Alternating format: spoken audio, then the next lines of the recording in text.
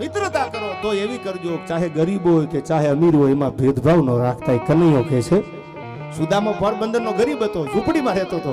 એની આગળ ક્યાં Audi Mercedes કે રેન્જ રોવર હતી? આ તો હોનાની નગરીમાં રહેવા વાળો કનૈયાને ખબર પડી ને સુદામો આવ્યો, પિતાબરનું ભાન ભૂલી ગયો, બપ ભરી લીધી. કારણ કે મારો ભાઈબંધ છે, ચાહે અમીર હોય કે ચાહે ગરીબ હોય, મિત્રતામાં કોઈથી બરાબરી ન હોય. એ તો હાડના સંબંધ હોય ને પોતાના ભાઈબંધ માટે જે જીવીને મરી જાય ને એની વાતો અમારા માથે. આંબડીમાં 12 ભાઈબંધ મેઘાણીની લખેલી વાત, જે આખું જે મરજીવાનું ટોળું હતું અને મરવાની વાત આવી ને ત્યારે 11 ભાઈબંધો તો ખપી ગયા હતા. 12મો ભાઈબંધ તેજરો હોયા નામનો ચારણ ઈ રહી ગયેલો અને ખબર નહીં ધીંગાણું થયું. તેથી ટેલિફોનનો યુગ નહીં. બાગડતા બાગડતા બાગડતા ઘોડાની પડગલી વાગી. તેજરો હોયો જે આંબડીમાં આવ્યો ત્યાં તો 11 ચિતાયું હળગતી હતી. અડધી ચિતાયું હળગીને આપને જ્વાળાયું આપમાં મંડાણેલી, આપમાં મંડાણેલી. તેથી તેજરો હોયા એટલું કીધું તું હવે આ ચિતામાં હું પડું તો ખરા. મારા 12 ભાઈબંધને હારે કોલે બંધાણો છું, જીવવું તો હારે ને મરવું તો હારે. પણ દુનિયા કદાચ લાંબી આંગળી કરશે કે પાછળ હતો, મોડો આવ્યો, એટલી 12 ભાઈબંધને હારે નહીં ગયો હોય. તેથી હાથમાં માળાનો બેરકો હતો તેજરો હોયાને. એ બેરકો હાથમાં લઈ પેગડામાંથી પગ લઈ અને લાંબી આંગળી કરીને એટલું કીધું તું કે આ ચિતામાં બેહું છું અને હું આ ચિતામાં હળગી જાઉં મારા ભાઈબંધની ભેળો. અમારા અગ્નિના ખોટારા થઈ જાય, રાખ થઈ જાય. એ રાખને ફોડજો અને રાખમાંથી આ માળા એમનામ નીકળે તો માનજો કે અમે 12 ભાઈબંધ હરગના દરવાજે હારે પૂજ્યા છે, એમાં શંકા ન કરતા. અને તેથી 11 ચિતાયું જે હળગતી હતી આંબડીના પાદરમાં, એમાં 12મો ભાઈબંધ તેજરો હોયો હાથમાં માળા લઈને બેઠો.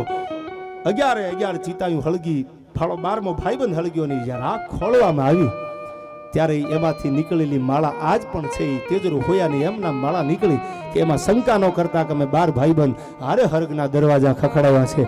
આવા જેના ભાઈબંધ માટેના સમર્પણો છે, આવા જેના માતૃભૂમિ માટેના સમર્પણો છે, આવા જેના કોઈ ગાન ગવત્રી માટેના સમર્પણો છે. ની વાતું કરવા બેહી તો રાતુની રાતું ટૂંકી પડે.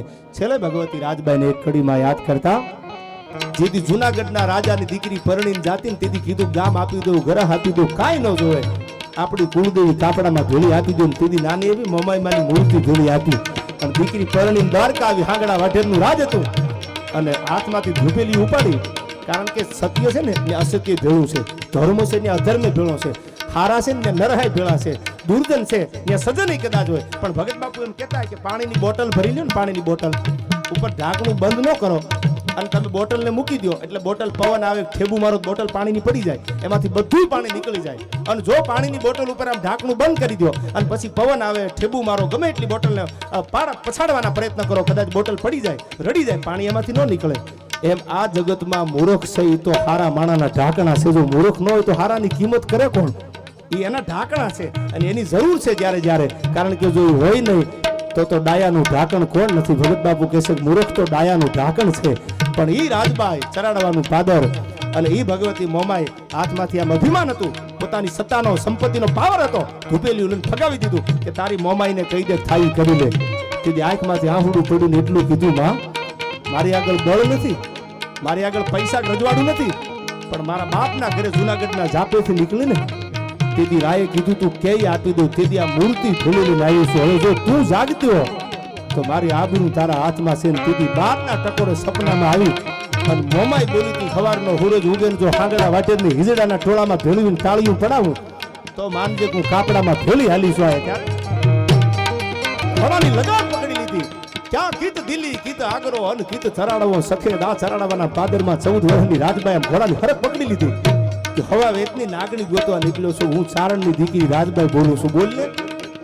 બોલી જા કે અમારી આબરૂ સલામત નથી. હું આબરૂ રાખું માનજે રાજબાઈ ભોળી હાલી થયો. અને તેથી કીધું કે 6 મહિનાની મોહલત આપી છે લેલાદેને લેવા માટે મેં દેખ્યો અને તે જારીઓ મુજી લેલાદે કેરો હડ અબ થારો રાંધા ના જમા તને ફટ ગોજારા અગન. લેલાદે ને અગ્નિ સંસ્કાર ઉપર જ્યારે અગ્નિ સંસ્કાર દેતા લેલાદે ને ચિતા ઉપર હુવારે ને ત્યારે પૃથ્વીરાજ રાઠોડ ને 10 જણાએ ઝાલી લીધેલા કે રાઠોડ લેવા દે. તેથી કીધું તું જે પગની પાની ફૂલ સિવાય કોઈ લેલાદે ને પડી નો અગ્નિ હળગાવા બેઠો છે. તેથી પ્રતિજ્ઞા કરી હતી મેં દેખ્યો અને તે જારીઓ મુજી લેલાદે કેરો હડ. મારી નજરની સામે અગ્નિ તે મારી લેલાદે ને હળગાવી છે. અબ થારો રાંધા ના જમા તન ફટ ગોજારા અગન.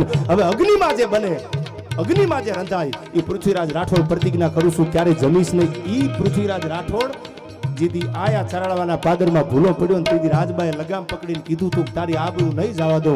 હું રાજબાઈ બોલું છું ચરાડવાના પાદરમાં.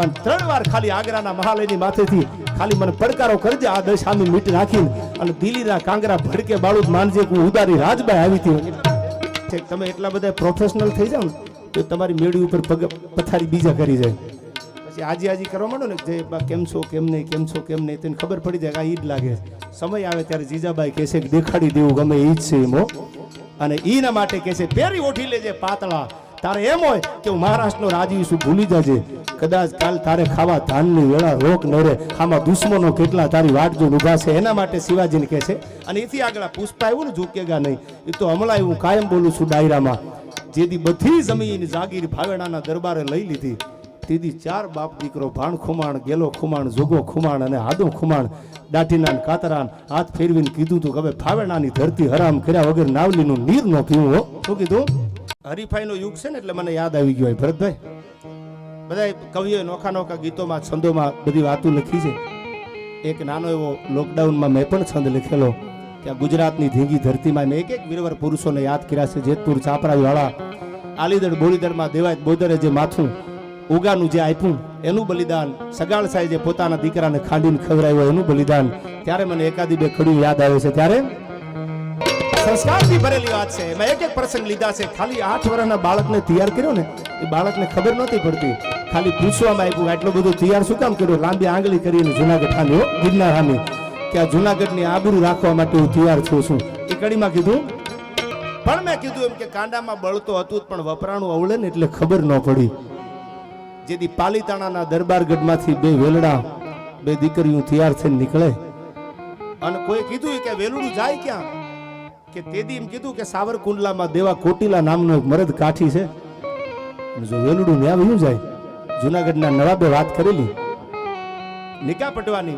અને તેદી હાલતા હાલતા હાલતા હાલતા ટૂંકમાં વાત કરું તો સાવરકુંડલાના પાદરમાંથી નીકળ્યું હારા ભૂંગળ ભૂંગળ લાગી ગયેલા તેદી દાઢીના મૂછના કાતરામાં હાથ ફેરવીને કીધું તું દેવા કોટીલાએ કહી દેજો જુનાગઢ નવાબની દીકરીઓ પાલીતાણાની આજ મારી દીકરીઓ છે અને એને યુદ્ધ કરવું હોય તો સાવરકુંડલા ઉપર ભલે ચડાઈ કરે પાણીનો કળશો ભરીને હિમાડે હામો ઉભો રહે અને તેની જબરજસ્ત ધીંગાણું થયેલું પણ 2 દીકરીઓ ને પોતાની દીકરી માની છે આવા કાઠીઓના ઘણા બધા ઇતિહાસો છે જબરજસ્ત ઇતિહાસો છે આ એક પછી કરવા બેહો તો રાતુની રાતુ ટૂંકી પડી જાય એવા બલિદાન છે પણ મને એવું લાગે છે સમય સંજોગે નાનો બહુ શું સલાહ દેવા એવો નથી એક થવાની જરૂર છે થોડી અને જો એક થઈ જાય તો એનો સદુપયોગ બહુ સારો થાય છે બળનો ની તાકાતનો સમજાઈને સલામ નો સમજાઈને મારી 2 વાર સલામ પણ છેલ્લે ભગવાન હનુમાનજી મહારાજને પ્રાર્થના કરતા પણ આમ તો કલાકારો ઘણા બધા છે ભરતભાઈ આયા એટલે બધાને ન્યાય મળી જાય એટલા માટે બહુ રાઉન્ડને ટૂંકવાય પૂરો કરવો છે ત્યારે છેલ્લે